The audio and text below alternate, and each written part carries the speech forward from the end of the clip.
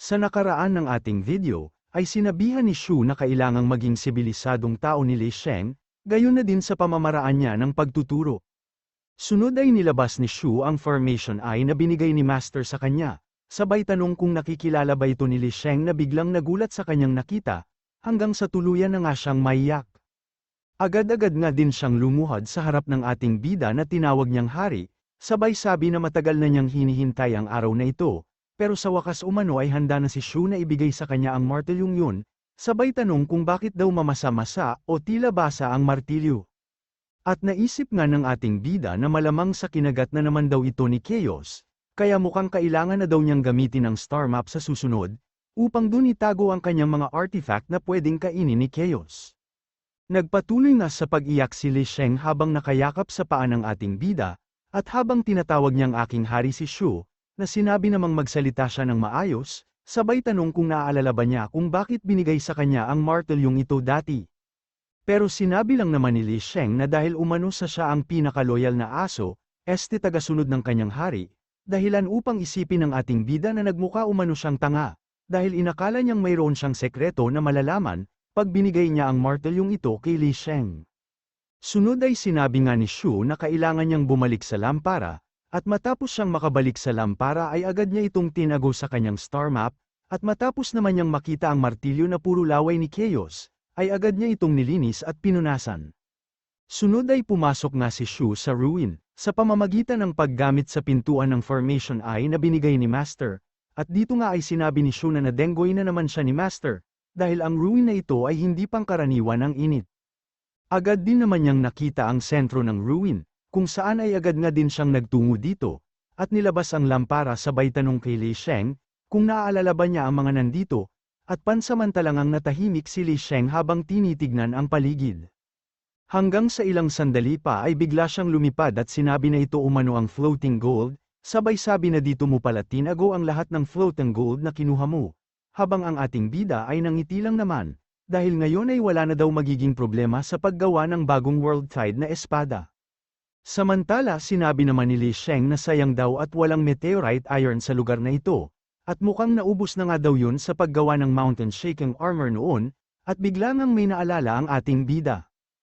Na agad tinanong kung bakit nakikilala ni Duan Mu Huangqi ang mga mountain shaking armor, habang iniisip na agad tumakas si Duan Mu nang makita niya ang mga armor na yun.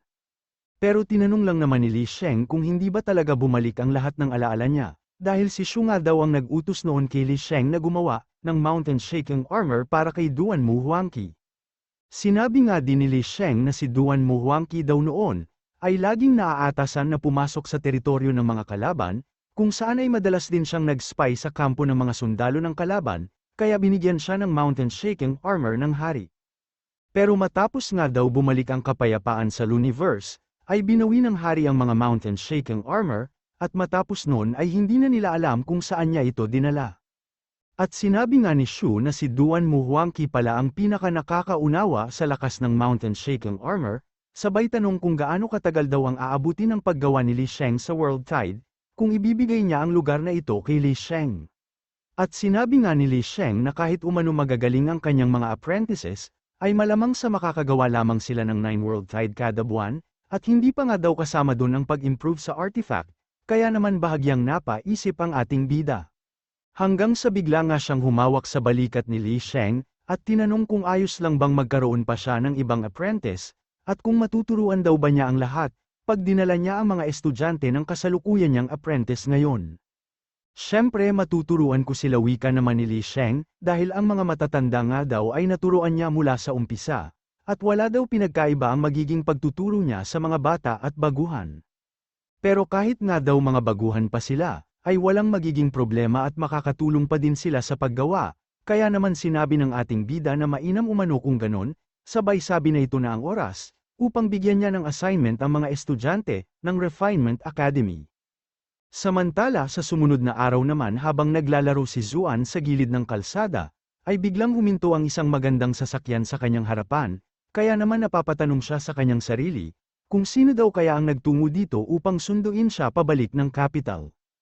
At ilang sandali nga lang din ang nakalipas, ay bumaba sa sasakyan ng pang-apat niyang tito, na sinasabing matagal na umano mula nang huli silang magkita, kasabay ng pag-aya niya kay Zuan na pumasok upang kumain at makapag-usap.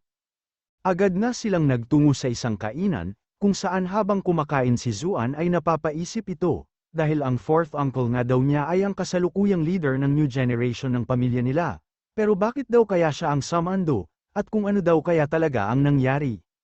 Hanggang sa bigla nga siyang tinawag ng kanyang tito, at sinabi nitong alam niyang tinihil nila ang pagbibigay ng pera at allowance kay Zuan, bukod dun ay alam din daw niyang galit si Zuan sa kanila, pero sana daw ay kumain naman siya ng maayos, at huwag umastang hayop sa harap niya at ng madaming tao.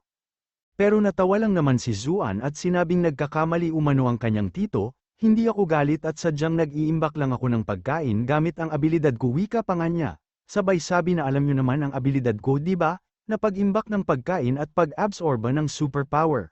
Mainam naman kung hindi ka nga galit, wika naman ng tito niyang napabuntong hiniga. Sabay sabi na ang pangalawang lolo daw niya ang nag-utos upang itigil ang pagbibigay ng sustento sa kanya. At wala nga daw silang magawa sa makalumang paraan ng pangalawang lolo niya, o ni Tandang Billy.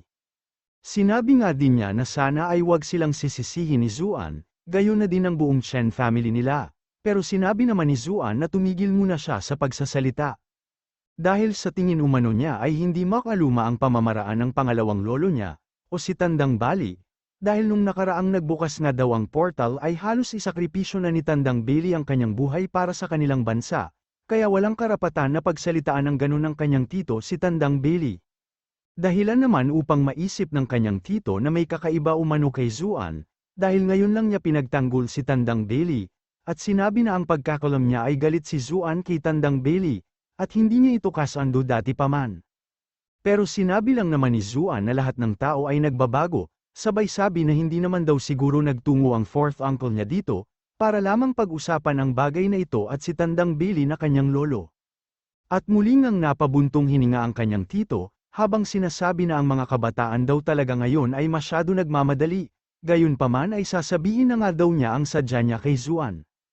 At dito nga ay sinabi ng kanyang tito, na wala umanong matalinong tao ang mananatiling nakatayo sa pabagsak o guguho ng pader, pero sinabi naman ni Zuan na wala daw kasiguraduhan ang lahat ng bagay sa mundong ito, at kung wala nga daw maglalakas loob na sumugal sa panganib, ay hindi maaabot ng China ang kasalukuyang sitwasyon nito ngayon. Mabilis na nagbabago ang panahon, kasabay ng mabilis na paglipas ng taon, pero ang buhay ng mga pangkaraniwang tao ay halos walang pagbabago, wika pa nga ni Zuan. Pero namumuhay nga daw ng payapa ang mga pangkaraniwang tao ngayon, dahil sa sakripisyo at pagbabantay ng dragnet and snare sa kanilang seguridad.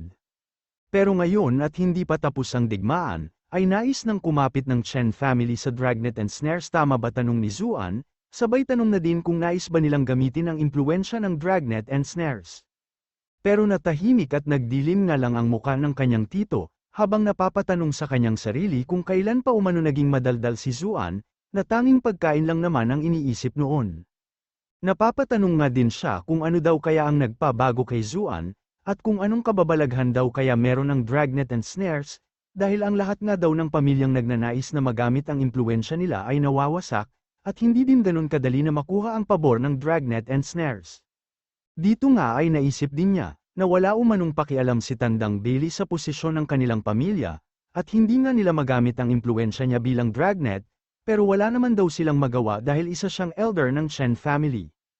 Pero iba nga daw ang sitwasyon ni Zuan, dahil bukod sa bata pa siya ay mayroon na siyang lakas na kayang tapatan si Tandang Billy, bukod dun ay nauunawaan din daw ni Zuan ang nature ng mga tao, gayon na din ang pagnanasa ng mga tao, at pagnanais ng material na bagay. At kung mahuhubog nga daw nila ng maayos si Zuan, ay maaari siyang maging pinakamalaking asset ng Chen family, sa makabagong panahon at darating na bagong era, kaya naman sa pagkakataong ito ay kailangan daw niyang makumbinsi si Zuan. Dito nga ay sinabi nito na hindi nauunawaan ni Zuan ang Chen family nila, dahil wala nga daw silang balak na gamitin ang impluensya ng dragnet and snares, bukod doon ay wala din daw silang balak na makontrol ang dragnet and snares, dahil hindi naman sapat ang kapabilidad ng pamilya nila upang gawin yun. At nagtungo nga lang daw siya dito, sa pagnanais na pangunahan ni Zuan ang Chen family nila, at makapag-contribute pa siya ng madami sa dragnet and snares, sabay sabi na sana ay tulungan sila sa mga pasanin at problema ng kanilang pamilya. Kaya naman agad na tinanong ni Zuan kung ano ang ibig niyang sabihin, at sinabi nga nito na maliban kay Tandang Bailey, ay miyembro din ng Dragnet and Snare si Zuan, sabay tanong kung ayaw ba niyang pag-ibayuhin pa ang kanyang posisyon. At kung handa nga daw tanggapin ni Zuan ang alok niya, ay gagamitin ng Chen family ang lahat ng kanilang resource, koneksyon at yaman nila upang suportahan si Zuan, na maging leader o pinuno ng Dragnet and Snares. Pero sinabi naman ni Zuan na bigla umanong nawala ang gana niya sa pagkain, kaya kailangan na niyang bumalik sa fortress ngayon din, pero muli ay sinabi naman ng kanyang tito, na kailangan daw pag-isipan ni Zuan ang lahat ng sinabi niya. At sa pag-alis nga ni Zuan, ay naisip nito na ang pagiging leader ng Dragnet and Snares, ay nangangahulugan ng malawak at malakas na kapangyarihan, pero kaakibat nga din daw nito ang malaking responsibilidad. At sa mga matangar daw ng mayayamang tao, ay tila isang kagamitan o laruan lamang ang tingin nila sa posisyon na yun, at bukod doon ay nais lang nilang gamitin ang Dragnet and Snares, para sa pang-personal na benepisyo. At sa pagtalikod nga ni Zuan, ay tinanong nito kung nauunawaan daw ba ni Zuan, kung ano ang kaakibat ng pagtanggi niya sa nais ng Chen family, sabay tanong kung hindi man lang ba niya naisip, ang lahat ng tulong at resource na binigay ng Chen family, na naging dahilan kung bakit naabot niya ang lakas o kapangyarihan na meron siya ngayon. Agad na din siyang tumayo, at sinabi na wag na siyang tatawaging fourth uncle ni Zuan pag umalis siya, kaya naman bahagyang napatigil si Zuan at naisip nga nito, na interesado din si Zuan sa mga sinabi at alok niya, pero hindi pala at tinawag nga siyang fourth brother ni Zuan. Dahilan upang mapatanong na lang siya sa kanyang sarili, kung saan o kaninong demonyo daw kaya natutunan ni Zuan ang ganitong kalokohan. Matapos nang magpatuloy sa paglalakad si Zuan, ay hindi makapaniwala ang kanyang tito na kahit pagbantaan siyang itatakwil ng Chen family, ay hindi daw nagpatinag si Zuan, sabay sabi sa kanyang sarili na hindi niya pwedeng hayaang makaalis si Zuan ng ganun na lang. Naisip nga din ito na pangatlo umanong maestro ang 9th Dragnet, at nangangahulugan nga daw yun ang pangatlong pinakamalakas sa mundong ito, kaya naman ang koneksyon lang daw ni Zuan sa ating bida, ay sapat na upang igugol ng Chen family, ang lahat ng meron sila para kay Zuan at para makumbinsi siya. Agad nga din niyang hinabol si Zuan at pinakiusapan nitong wag umalis, at sinabi na masyado lang siyang naging emosyonal, kaya sana daw ay wag dibdibin ni Zuan ang mga sinabi niya at nangyari ngayong araw. Pero sinabi lang naman ni Zuan na ngayon umano, ay nauunawaan na niya kung bakit ang fourth uncle niya ang leader ng Chen family, habang iniisip na ang abilidad umanong magpakumbaba at pagkontrol ng emosyon ng kanyang tito, ay nakakahanga at mukhang madami pa siyang kailangang matutunan. Tatanggapin ko bilang papuri ang magsinabi mo wika naman nito. Sabay sabi na sana daw ay pag-isipan pa ding mabuti ni Zuan, ang alok ng Chen family at mga sinabi niya. Sinabi nga din niya, na hindi siya nililimitahan o sinusubukang makontrol ng Chen family, bagkus ay handa silang magbigay ng mas malaki o mas madaming resource, at hindi nga din daw niya kailangang tanggihan ito. Pero napabuntong hininga lang naman si Zuan, at sinabi na dati ay lagi niyang pinapangarap na ma-recognize siya ng kanilang pamilya, pero ngayon nga daw ay tila hindi na mahalaga yun sa kanya, sabay sabi na hindi niya alam kung kailan nagsimula ang lahat. Sinabi nga din niyang meron na siyang mga kaibigan at bagong kasamahan ngayon, at ang recognition nila sa kanya ay sapat na. Sunod ay sinabi nga nitong magtutungo siya ng Luniverse, dahil ang paglaban kasama ang mga kaibigan at tinuturing niyang bagong pamilya, ay ang kahulugan ng kanyang cultivation. Ang benepisyo at merits ay walang kabuluhan o hindi importante sa akin wika pa nga niya, dahil nung mga panahong nahihirapan at walang direksyon daw ang kanyang buhay, ay tinulungan at ginabayan siya ng ating bida, kaya naman ito na ang pagkakataon upang matulungan naman niya si Shu. Kahit mamatay pa ako sa Luniverse ay wala akong pagsisisihan wika pa nga niya, at para sa kanya ay walang katumbas na karangalan ang mamatay ng lumalaban kasama ang ating bida. Sunod ay sinabi nga nito na mayroon siyang mensahe para sa kanyang tito, at ito nga ay ang mga pangkaraniwan at mahihinang nilalang umano, ay nananatili nakakulong sa paghahangad ng magandang relasyon at yaman, habang ang mga tulad naman nilang matatalinong tao, ay gagawin kung ano ang bagay na sa tingin nila ay dapat, at magpapasaya sa kanila. Natulala na lang naman ang kanyang tito sa lahat ng sinabi niya, at hindi nga daw nito akalain na malaki na ang nagbago kay Zuan, sunod ay nangiti na lang din siya. Dahil hindi nga din daw niya akalain, na darating ang araw na papangaralan siya ng mas bata sa kanya. Sunod ay sinabi ni Zuan na siya na ang magbabayad sa kinain niya, kinain pala nila, dahil kahit hindi umano ganun kalaki ang kanyang sahod, ay kaya naman niyang suportahan ang kanyang sarili, sabay hingi ng bill sa waitress na natulala habang nakatingin kay Zuan. At kaya naman pala natulala ang waitress dahil nakatingin ito sa hawak na karne ni Zuan, at agad na din niyan sinabi na hindi pwedeng mag-take out sa Eat All You Can. Pero bigla ngang naiyak ang kanilang manager, at tinanong kung bakit hindi pa niya palabasin ng restaurant nila si Zuan, na agad ay nilamon ng karne na kanyang hawak, agad na ding sinabi ng manager na ibigay na ang panghimagas na saging ni Zuan, para makaalis na siya ng kanilang restaurant. Agad namang dinampot ni Zuan ang saging, sabay lipad habang hinihimas ang tiyan niyang punong-puno na umano, pero habang lumilipad nga siya ay sinabayan siya ng mga helicopter. Dito nga ay nakita ni Zuan ang mga estudyante na masyado ang tuwa, dahil sa tingin daw nila ay mayroong ipapagawang mahalagang artifact sa kanila ngayon, at hindi nga sila makapaniwala na pinatawag sila ng Ninth Dragnet. Dahilan naman upang mapatanong sa kanyang sarili si Zuan, kung ano na naman daw kaya ang pinaplano ng ating bida, at kung bakit madami umanong estudyante ang patungo sa Dragon Gate Fortress ngayon. At sa Dragon Fortress nga ay biglang nagwala ang mga refining experts kuno, dahil magmula sa araw na ito ay kasama na nilang mag-aaral ang mga dati nilang estudyante, sabay tanong kung paano itong nagawa nila Yutang sa kanila. Masyado pa silang mga bata para sa ganitong bagay, wika pa nga niya.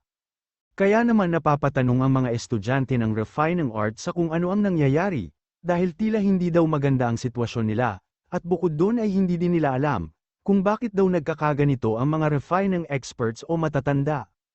Hanggang sa bigla nga silang nagulat nang dumating ang ating bida, na sinasabing nandito na pala silang lahat, habang bitbit si Li Sheng na hindi na makahinga. Agad na din niyang pinakilala sa mga ito si Li Sheng, ang pinakamagaling umanong refining master ng Luniverse, at magmula sa araw na ito ay si Li Sheng na ang magtuturo sa kanila, upang gumawa ng isang artifact na may kapabilidad na mapatay, maging ang mga nasa maestro level. Kaya naman agad na nagningning ang kanilang mga mata, kasabay ng pagkakalaglag ng kanilang mga panga, dahil hindi nila lubos akalain na ang ipapagawa sa kanila ng Ninth Dragnet, ay isang sandata na mayroong kapabilidad na makapatay ng maestro level.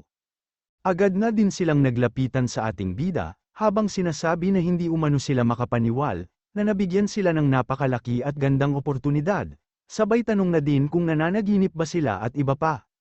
At habang iniisip nga ng mga matatanda na walang alam ang mga estudyante sa napasok nila, ay sinabi naman ni Shu na mayroon siyang ginawa upang mapabilis ang improvement nila, at ito nga ay walang iba kundi ang schedule nila, kung saan ay pagkain lang ang kanilang pahinga.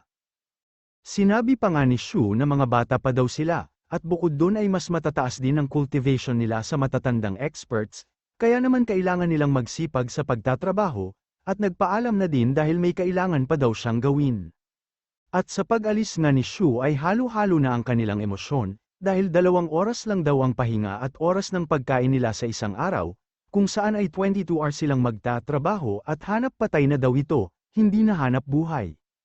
Pero sinabi naman ng isa na wag nilang kalimutan na mga cultivators sila, at makakasurvive nga daw sila kahit hindi sila matulog, kaya malamang umano sa pinag-isipan ito ng ating bida, pero muli ay sinabi nga ng iba na masyadong malupit ang Ninth Dragnet, dahil daig pa daw nila ang mga alipin. Habang ang ating bida naman ay nagmukha na namang demonyo sa tuwa, at hinaranggan pa nga niya ang pintuan para hindi sila makalabas, habang inuulan ng negative points. Sunod ay tinanong nga ni Shu kung makakarating na daw ba lahat ng estudyante bukas, at tama wika naman ni Yutang, pero kung magpapatuloy nga daw sa pag-recruit si Shu gamit ang pangalan at posisyon niya bilang Ninth Dragnet, ay siguradong kakamuhian na siya ng lahat kalaunan, sabay tanong kung bakit hindi na lang niya hayaan ang Dragnet and Snares. Pero bigla ngang nagalit ang ating bida, na sinabing hindi maaari ang sinasabi ni Yutang, kailangan ay gamitin niyo ang aking pangalan, wika pa nga niya. Sinabi nga din ni Shu na handa umano siyang tanggapin ang galit ng lahat, dahil kalaunan ay alam niyang mauunawaan din nila lahat, at pag dumating nga daw ang panahon na yon, ay siguradong mapapatawad din nila ang ating bida, na tanging negative points ang hangad.